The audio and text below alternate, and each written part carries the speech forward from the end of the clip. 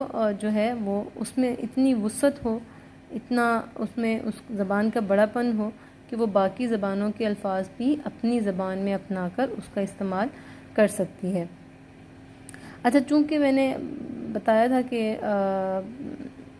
یہ اس زبان پر، سرائیکی زبان پر جو ہے وہ عربی زبان کے، فارسی زبان کے اثرات بھی ہیں۔ عربی زبان کے اثرات کس وقت پڑے؟ جب یہاں پر عرب تاجر آئے بر صغیر میں۔ محمد بن قاسم جو ہے جب وادی سندھ میں آیا، اس کی آئی، اور تو فارسی کے اثرات، ٹھیک ہے۔ وادی سندھ میں جب آیا محمد بن قاسم تو وہ عرب سے آیا تھا، تو عربی بولتا تھا، عرب والوں کے اثرات، عربی زبان کے اثرات بھی اس پہ مرتب ہوئے۔ اسی طرح جب محمود غزنوی جو ہے وہ جب اس وادی میں داخل ہوا تو اس وادی میں آیا، وادی سندھ میں آیا، تو وہ اس وقت وہ فارسی زبان، فارس سے آیا ہوا تھا وہ، تو وہ جو ہے وہ فارسی کے اثرات جو ہیں وہ اس زبان پر ڈلے، اس نے مرتب کیے۔ اس زبان پر جو ہے محمود غزنوی کے وادی سندھ میں آنے سے اس پر اثرات ڈلے۔ اچھا، سرائیکی زبان کی جو حروف تہجی ہے اس کے حوالے سے یہ ہے کہ سندھ کے علاوہ کسی اور زبان میں نہیں ملتے اس کے حروف تہجی۔ اچھا، 4 حروف جو میں سٹارٹ میں نے آپ لوگوں کو بتائے تھے،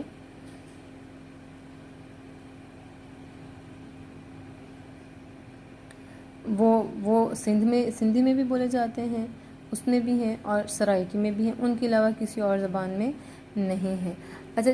جو ہماری تاریخ مرتب کرنے والے ہیں، جو مورخین ہیں، وہ کہتے ہیں یہ جو حروف لیے گئے ہیں بالکل اب بالکل سٹارٹ کی طرف اگر ہم جائیں تو جب پہلے حملہ آور آئے تھے اور اس کے بعد جو دوسرے آئے تھے، پہلے حملہ آور جو تھے وہ دراوڑ تھے، پھر دوسرا آریہ تھے، اور آریہ جو تھے وہ منڈا قبائل میں سے تھے۔ تو مورخین کہتے ہیں کہ یہ حروف ہیں، یہ جو سرائیکی کے حروف تہجی ہیں، یہ دراوڑی میں بھی اور منڈا قبائل کی زبانوں سے حاصل کیے گئے ہیں۔ اچھا، اس کے علاوہ جیسے کہ ہے نون، ٹھیک ہے، میں آپ کو یہ بتاؤں کہ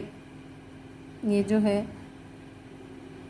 یہ نون جو ہے، یہ نون آپ کو نظر آ رہا ہوگا، یہ والا، ٹھیک ہے، وہ مورخین کہتے ہیں کہ یہ نون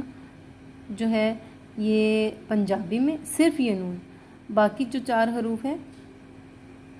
وہ صرف منڈا قبائل میں کی زبانوں میں اور دراوڑی زبانوں میں ملتے ہیں، اور صرف نون ہے جو وہ پنجابی اور لہندہ میں ملتے ہیں، صرف اس میں، ٹھیک ہے۔ اچھا، بھیرو مل چند اڈوانی کی جو ایک کتاب ہے سندھی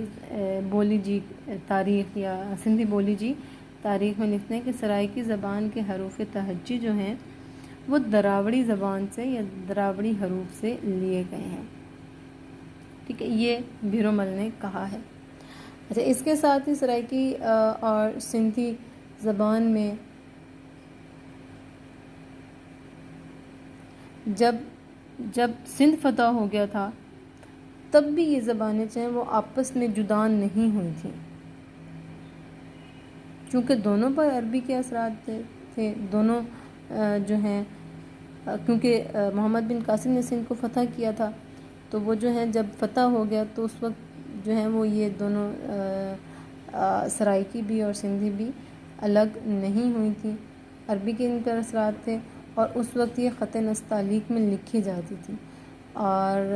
لیکن اس سے بھی پہلے یہ خط نسق میں لکھی جاتی تھی، لیکن ڈاکٹر کرسٹوفر اور لکھی جاتی۔ سرائیکی اور سندھی کے الگ ہونے کے بعد بہت سی چیزیں جو ہیں وہ ان میں مشترک نظر آئیں، یعنی کہ اگر تحقیق کی گئی تو جب یہ الگ ہو گئی تھی فتح سندھ میں تو یہ الگ نہیں ہوئی تھیں، لیکن اس کے بعد جو ہے یہ جب الگ ہوئی تھیں تو جب ان کے اوپر تحقیق کی گئی تو بہت سی چیزیں جو ہیں وہ مشترک ان میں نکلیں۔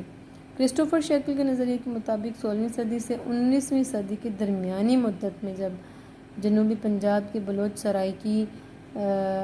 بولتے ہوئے سندھ میں داخل ہوئے، جنوبی پنجاب کے، ٹھیک ہے،